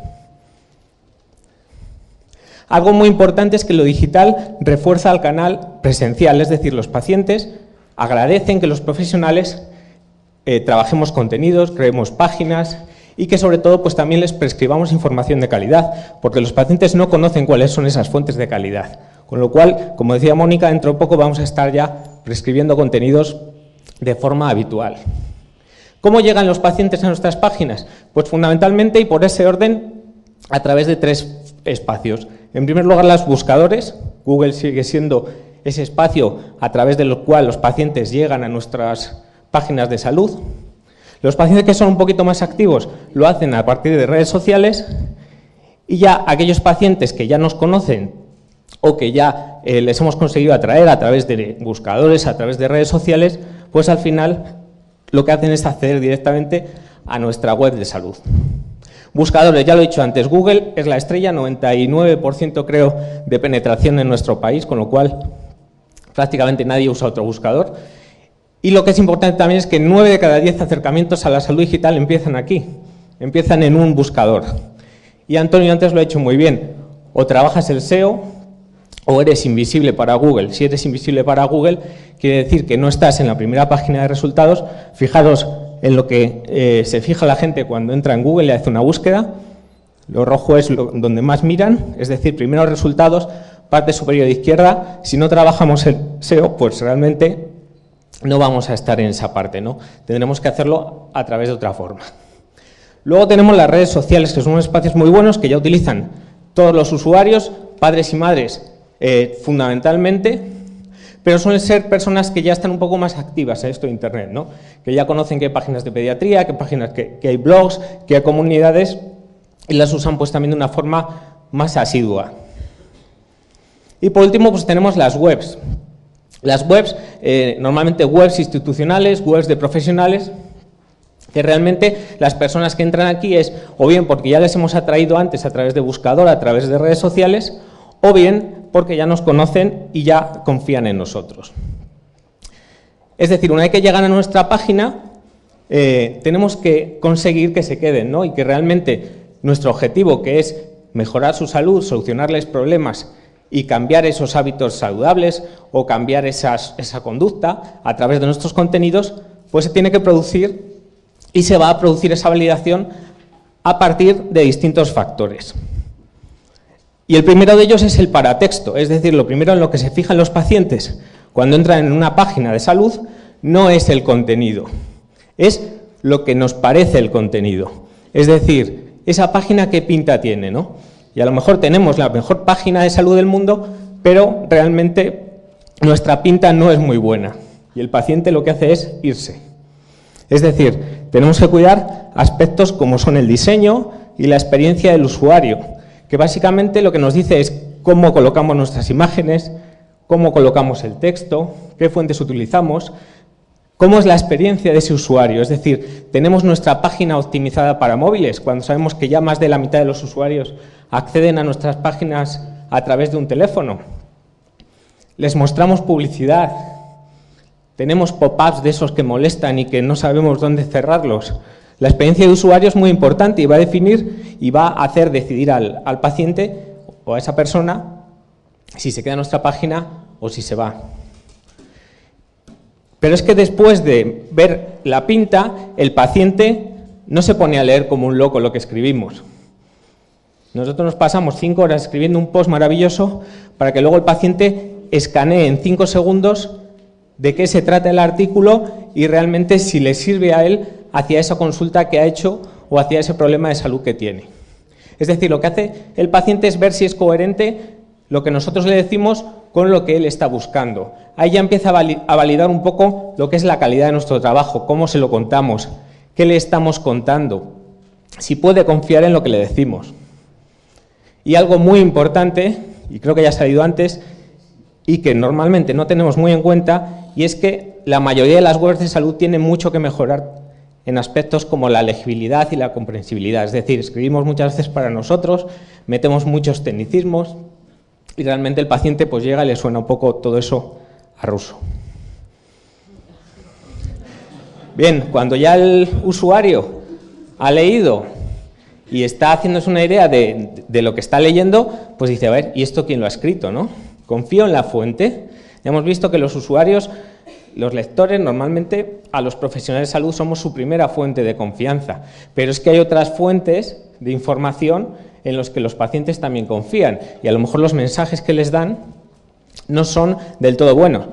La ventaja que tenemos los profesionales que estamos aquí es que somos profesionales de la salud. ¿Y por qué no lo mostramos en nuestro blog? ¿Por qué cuando creamos un blog no damos la cara, no mostramos nuestra foto, no decimos que somos profesionales o nos ocultamos detrás de un nick? Realmente el paciente... Se me acaba el tiempo ya. Vienen los gorilas. Me voy a dar prisa. Realmente los usuarios pues, quieren saber quién está detrás de los blogs para realizar esa validación. ¿Sellos de acreditación? Sí, no, blanco, negro, aquí cada uno opina una cosa. Mi opinión es que los sellos de acreditación están muy bien, a los pacientes les da igual, porque de hecho tú te puedes crear un sello, ponerlo ahí y le va a hacer el mismo efecto, es decir, como elemento de paratexto le puede servir, pero pueden ser muy interesantes, por ejemplo, para nosotros, para mejorar nuestras webs de salud, porque cuando pasas un proceso de certificación de un blog, realmente te están dando pistas de cómo tienes que escribir y organizar tus contenidos para hacerlo bien. Ya acabo. Al final, yo creo que el mayor sello que podemos tener es el de la confianza, porque realmente si nosotros somos capaces de escribir para los pacientes, nosotros somos capaces de ponernos en su situación, de anticiparnos a sus problemas, de realmente intentar aportarles valor, pues el usuario, si sabe quiénes somos, si nuestro entorno de web de confiabilidad es bueno, pues realmente nos va a ofrecer esa confianza y puede que la siguiente vez, en vez de entrar en Google, pues se produzca esa magia, ¿no?, que tiene que cuando alguien piensa en algo, pues en vez de pensar en Coca-Cola si tiene sed, pues si alguien piensa en salud, pues quizás piense directamente en nuestro blog. Así que nada más, muchas gracias.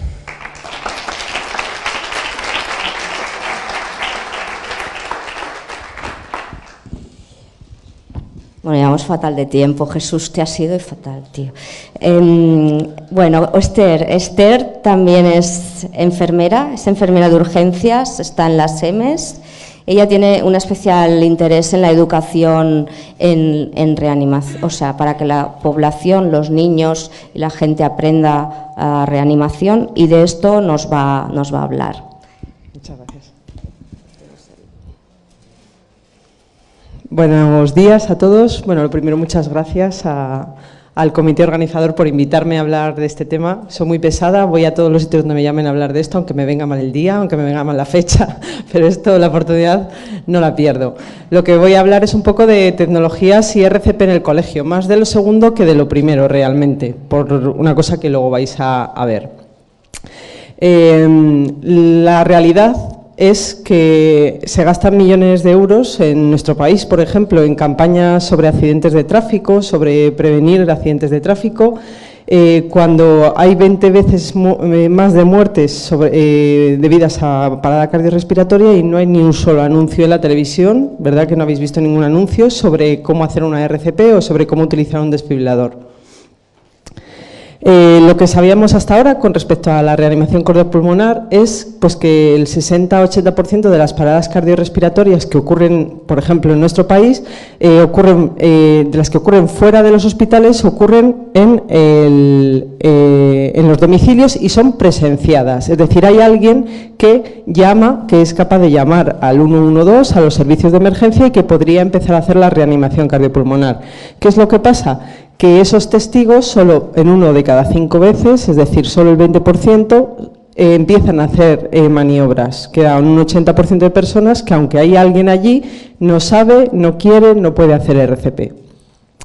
El aumento del número de personas que sepan hacer RCP y que sean capaces de iniciar un RCP podría salvar un montón de vidas a lo largo de un año, y a lo largo de muchos años, pues muchas más.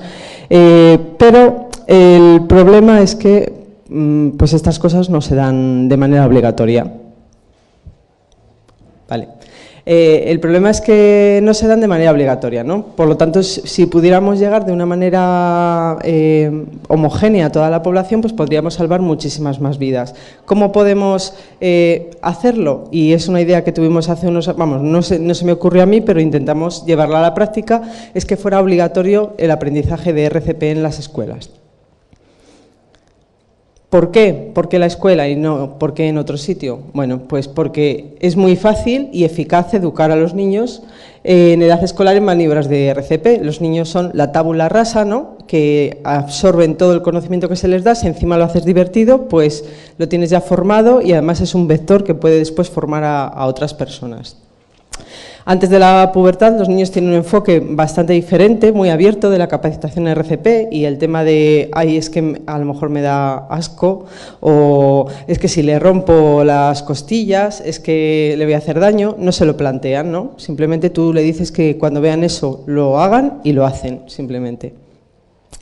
Los maestros que han sido formados pueden enseñar RCP, no tenemos que ir los sanitarios a todos los colegios, en todos los cursos, a todas las clases, año tras año a formar, es que es inviable. O sea, hay que aprender a enseñar al profesor, y que el profesor año tras año enseñe a los alumnos y los refuerce a lo largo de toda la etapa escolar. Es suficiente 2 horas de formación al año para refrescar conocimientos, es decir, no hace falta que sea una asignatura de RCP, pero igual que aprenden otras cosas, pues pueden aprender reanimación cardiopulmonar y practicarla. Tampoco hace falta mucho material, con unos pequeños maniquís que hagan un poco de práctica, es suficiente.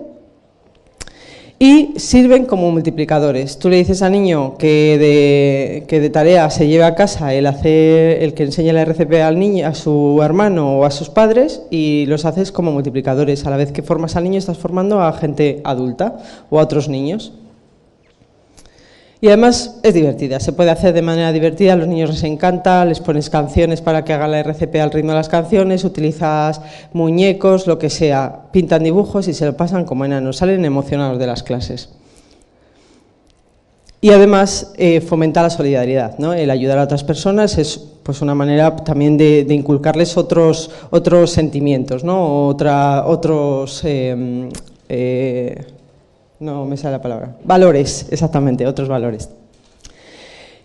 La proporción de personal capacitado, este es un estudio de hace poquito tiempo, bueno, hace 3 o 4 años, la proporción de personal capacitado y de individuos dispuestos a ayudar aumentaría en la sociedad, se va a incrementar notablemente con el entrenamiento de niños. Esto va a hacer que más personas inicien esa RCP, por lo tanto, si más personas inician RCP, hay más oportunidades de supervivencia y conseguiremos mayor supervivencia en la parada cardiorrespiratoria.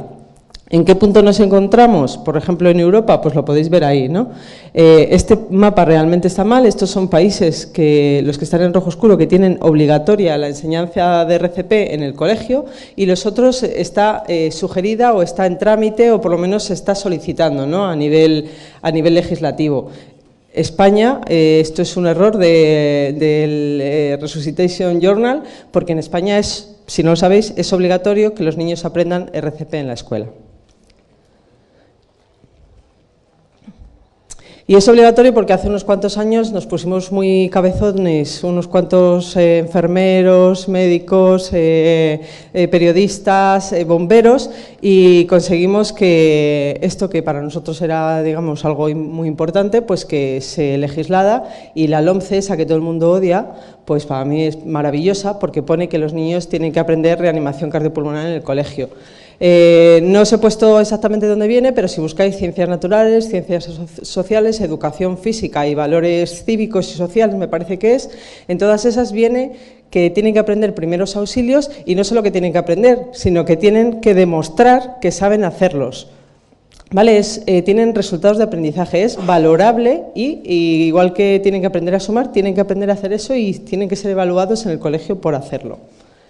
¿Cómo lo hacemos? Bueno, pues hay unas recomendaciones de la OMS junto con otras comunidades que dice que es muy fácil enseñar a los niños RCP, ¿no? Primero, cualquier persona puede salvar una vida, incluso los niños pueden hacerlo. Si no tienen fuerza, pueden enseñar o decirle a una persona adulta que esté con ellos cómo deben de hacerlo. 2 horas de formación en resucitación cardiopulmonar al año es suficiente, como habíamos dicho antes. La formación debe implicar la práctica, es muy importante, no solo la teoría, sino la práctica, que el niño se familiarice con hacer eso, que no pasa nada, cuánta fuerza tengo que hacer. La capacitación anual de niños debe comenzar a la edad de 12 años o antes. Hablan de 12 años porque es la edad en la que los niños realmente ya tienen fuerza para hacer una reanimación cardiopulmonar eficaz en el adulto, pero pueden hacerla antes en el niño o, como os he dicho, pueden aprender antes y decirle a un adulto cómo debe hacerla. Por lo tanto, no desechemos el enseñar a los niños desde más pequeños cómo hacer una RCP. Los niños entrenados deben ser animados a entrenar a otras personas. De deberes tienes que enseñar a 10 personas lo que acabas de aprender en el cole, por ejemplo. Una amplia gama de personas pueden enseñar, pero también pueden enseñar los profesores, ¿no? Nosotros podemos ir a las escuelas y mejor que enseñar a los niños, enseñamos a los profesores y ellos que hagan de multiplicadores. Es importante que haya un programa nacional para la enseñanza de la RCP en niños en la edad escolar, que no lo hay, y luego cada Consejo Nacional de Resucitación debe apoyar estas campañas de reanimación cardiopulmonar. ¿Con qué tecnología? Y venimos pues es muy fácil, es tecnología punta, un muñeco hinchable y si no, un peluche grande para que hagan reanimación cardiopulmonar, eso es suficiente. Y para hacer la reanimación, otra tecnología punta que son las manos, o sea, es súper complicado, esto es todo tecnología punta. Tenemos tecnologías que nos pueden ayudar o que pueden hacer que sea...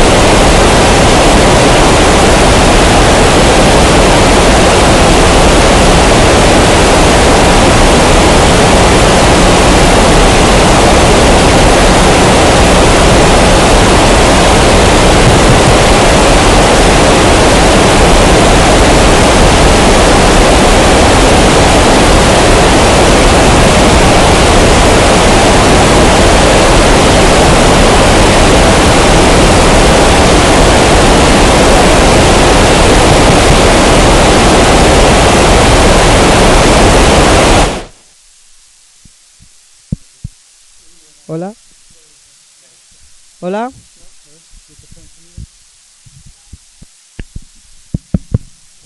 Hola. Hola. Sí, vale. Bueno, hay tecnología. No sé si... Vale.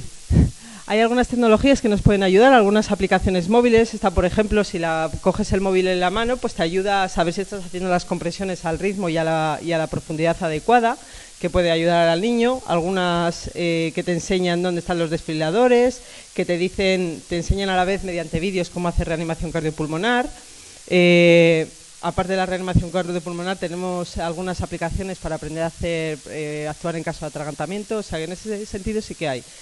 Lo último en reanimación cardiopulmonar que están trabajando algunas personas, pues es el tema de ya inmersiva 3D 360 grados y pues las Google Glass, por ejemplo, o el modelo que salga parecido, pues nos pueden ayudar pues a contactar con la persona que está al otro lado del teléfono y que nos vaya indicando cómo tenemos que hacerlo, o incluso podemos, a la vez que hacemos la reanimación, pues ver un vídeo de los pasos que tenemos que seguir, ¿no? O sea, tecnologías realmente para aprender hay unas pocas y luego para realizarla pues otras. Esta, por ejemplo, es otra aplicación que se va a poner dentro de poco en España en funcionamiento en alguna comunidad, que lo que hace es tú te identificas como personal sanitario que sabe hacer reanimación y cuando hay un evento cerca de donde tú estás, se te activa en el móvil la aplicación, te dice dónde hay una parada cardíaca y dónde está el desfibrilador, ¿vale? Dónde estás y dónde tienes que ir.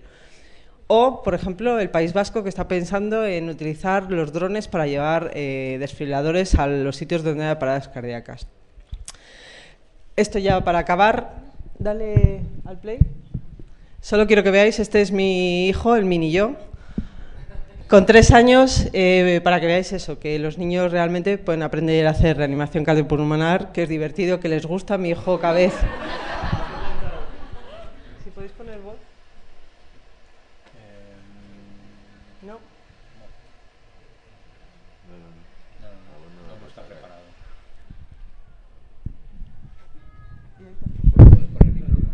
No llega. No llega.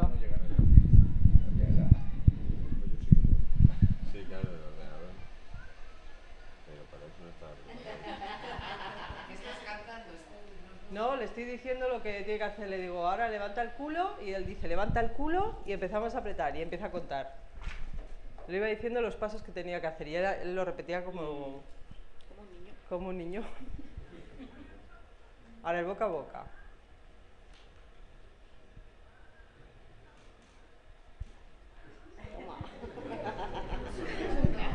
3 años y era la primera vez que lo hacía, ¿eh?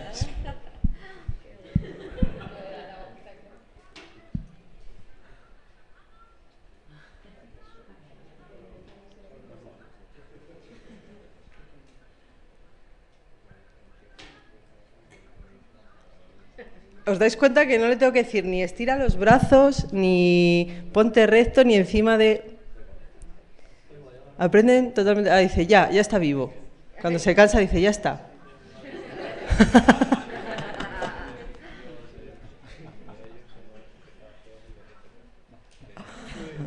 Nada, eso es todo.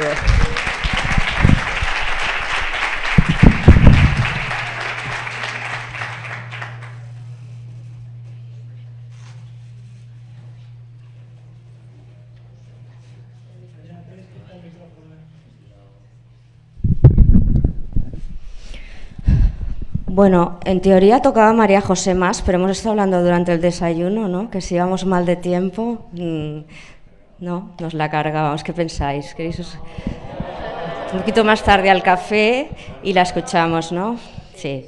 Bueno, María José también casi no necesita presentación, neuropediatra, superdivulgadora, bitácoras. Yo la conozco desde la mili, como dirían. Y bueno, es una persona de la que se aprende mucho también. Adelante. Nos pasamos. Uy, saca el hambre y todo. Nos pasamos de tiempo, pero tenemos la bella. Ponla ya. La que tiene mi logo se ve claramente. Se llama Pediatric. Veamos. Ahora no la tenéis. No. No lo sé. No la he cargado yo. Tendría que verse. No, esta ya la hemos oído, ha sido estupenda, pero no la sabría repetir, entonces... Tampoco, esta también me ha gustado, tampoco sabría, Antonio, no tengo ni idea de blogging. Bueno,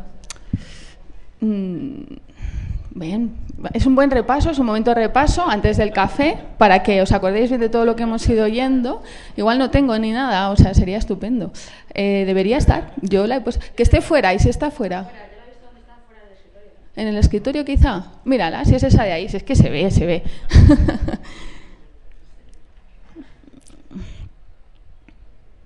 Bueno, perdona. Bueno, simplemente agradecer a Amalia que me haya invitado hoy a hablar aquí. La verdad que, no sé yo, me siento un poco, como decía Marian, ¿no? Como el gusanito del principio, porque claro, han hablado aquí gente de la que he estado aprendiendo todo el tiempo que llevo haciendo blogging y redes sociales y, Dios mío, ¿qué voy a decir yo? Si, en fin, mis números aparte comparados con los vuestros son nada, así que no sé muy bien. Mis sudores costó, gracias a los que me lo hicisteis ganar. Bueno, yo soy María José Mas, soy pediatra, soy neuropediatra, tengo un blog que se llama Neuronas en Crecimiento, que gano en bitácoras, y es el motivo por el que Amalia me ha invitado a hablar hoy. ¿El pase? Uy, se supone que soy de la organización, esto es fantástico. Y se pasa así, ¿no? Vale, y me ha pedido que os hable de por qué divulgar me hace mejor médico y por qué creo yo también que me hace mejor persona. Bueno, resulta que os he dicho que soy neuropediatra. Ahora, como doy mucho la paliza con mi blog y casi todos los que estáis aquí pues somos amigos, sabéis lo que es un neuropediatra, pero lo normal es no tener ni idea de qué es un neuropediatra. Es un pediatra, ¿no?, que se dedica a eso que es el desarrollo. Los pediatras nos dedicamos a ver crecer a los niños. Somos esos médicos que envejecemos mientras nuestros pacientes siempre tienen la misma edad. Y la neuropediatría pues es la parte de la pediatría que se dedica al sistema nervioso central y periférico, o sea, al cerebro y a los nervios que te entran cuando hablas en público. Muchas veces, como la palabra es poco conocida o era poco conocida, pues se nos confunde con otras cosas, ¿no? Y a lo mejor se nos dice neuropsiquiatra, que es un nombre estupendo y ojalá sea de futuro, pero ahora mismo es un ser mitológico que no existe en España. También nos confunden a veces con el neuropsicólogo o con el neurocirujano, que son personas con las que colaboramos normalmente y pues comparten conocimiento neurológico con nosotros, ¿no? ¿Y por qué estoy aquí hoy? No os voy a hablar de mucho de neurología. Pues estoy aquí hoy porque tengo el mismo problema que tienen todos los demás médicos en la vida real, tanto si usan redes como no. Y nuestros problemas son la vecina del quinto, ¿no?, las pseudociencias, y resulta que últimamente, desde hacía unos años, estas personas tienen además un arma poderosa en sus manos, que es Internet. Y nos han creado una figura que nos parece nueva, pero no lo es tanto, que es el doctor Google, ¿no?, del que ya han hablado mis compañeros en varias de las charlas. Bueno, pues esto es una fotografía que ya hemos visto varias veces, pero esta tiene otra perspectiva. Esto es un estudio estadístico, una encuesta, que dice que en el 2016 el 49% de los españoles visitaron alguna vez una web de salud. O sea, la mitad de la gente. La otra mitad son niños o están en la cárcel, o sea, es una pasada. Y eso, comparado con el 2006, pues casi más que duplica las cifras, ¿no? Y aparte, que estamos aquí todos hoy con el móvil, pero te vas ahora aquí al Paseo del Prado y lo que te encuentras es a gente mirando un móvil, ¿no? Pues de todo ese tiempo que estamos con el móvil, resulta que el 40,5% del tiempo, o sea, otra barbaridad, estamos consultando cosas de salud. ¿Y qué es lo que hacíamos antes? Cuando era el me lo dijo Pérez, ¿no? Luego era la de los limones, que ya ha salido, y ahora resulta que esa información de salud, el doctor Google, está en nuestros móviles, en el bolsillo, es ubicua y es continua, estamos continuamente conectados, ¿no? ¿Y qué es lo que hacíamos antes? ¿O qué es lo que incluso hacíamos al principio, cuando empezamos a usar blogs de salud, redes sociales? Pues venía el paciente a la consulta, nos explicaba sus dudas y le decíamos, mire, no, esto no es así. No. Y al principio con las redes sociales incluso le decíamos, no busque en Internet. Yo ahora pienso todo lo contrario. Hay que buscar en Internet. Y le digo, no, perdone, busque en Internet, pero yo le voy a decir en qué sitios puede usted buscar y por qué. Esto lo han explicado mis compañeros también y tampoco me voy a alargar mucho. Pero, en definitiva, lo que hay es una relación médico-paciente habitual, ¿no? Tenemos un paciente que viene, nos explica una cosa, nosotros le escuchamos. Primero debemos adecuar la escucha a ese paciente. No todo el mundo explica igual, ni todos los problemas son iguales, ni requieren la misma escucha. Y después nosotros debemos adecuar nuestra respuesta al paciente. Fijaros que el orden nunca es al revés. Somos nosotros los que comunicamos. Y es así como establecemos una relación de confianza, ¿no? La famosa confianza en la relación médico-paciente. Pues bueno, se trata de que esta confianza que nosotros establecemos en una consulta, encerrados en casa, ya que todo el mundo utiliza Internet, se trata de trasladar esta confianza a la red, ¿no? A la web. ¿Y cómo lo hacemos? Bueno, pues a mí se me ocurrió en el 2012 abrir el blog, que ya he dicho varias veces que es Neuronas en Crecimiento, por si acaso, y cómo generar confianza, ¿no?, en un blog donde la persona está lejos y no la tienes delante. Pues lo primero que yo pienso que hay que hacer, y puedo estar perfectamente equivocada, estoy abierta a aprender, es generar contenido útil. Esto se ha hecho varias veces. Contenido de valor. ¿Pero qué es el contenido de valor? El contenido de valor es lo que quiere saber la persona que está consultando, ¿vale?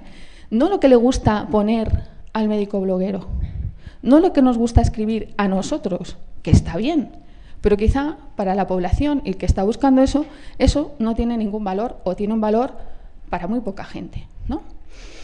Eso sería la utilidad de cara al paciente, encontrar realmente las respuestas a las preguntas que se está haciendo.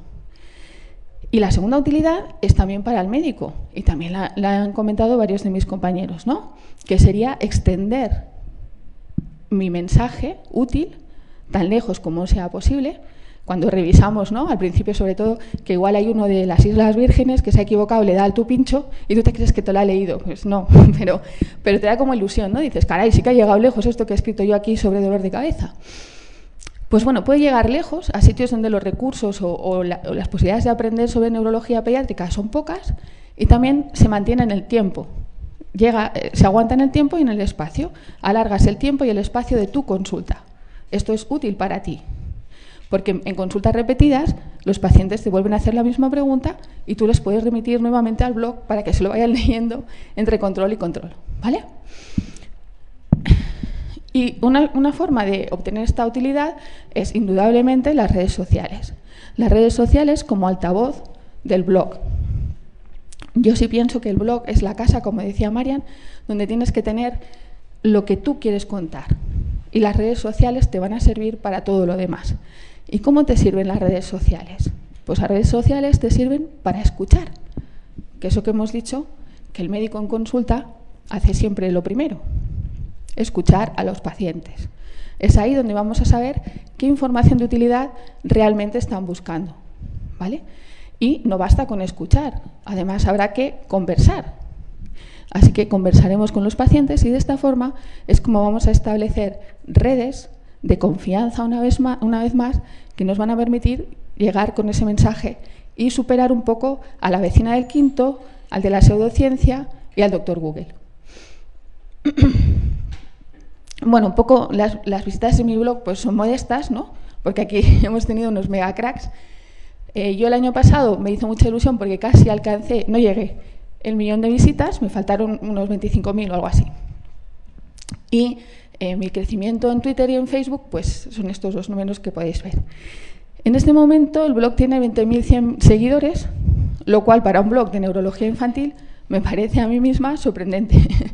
Y si alguien me pregunta por qué, pues más allá de lo que os he explicado, la verdad es que no tengo ni puñetera idea. Igual Antonio hace un análisis y dice, uy, sí, por esto, por aquello. O Chema me dice no sé qué, porque como yo los leo y he aprendido cosas, igual de forma absolutamente inconsciente se me ha quedado cosas, ¿no? ¿Y qué significan estos números? Porque estos números no son números. Detrás de cada número hay una persona. Esos números significan compromiso, que al final es lo que los médicos intentamos hacer siempre. Porque yo estoy en redes sociales, y muchos de los que estamos aquí, porque quiero estar, no porque quiero estar.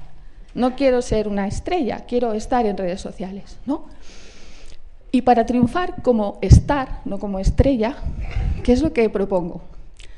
Pues por un lado que el contenido sea riguroso, actualizado, confiable, y no sea lo que han dicho, ¿no? Que sea un contenido sanitario, hecho por profesional sanitario, al cual se le supone, como en la mili, un valor, ¿no?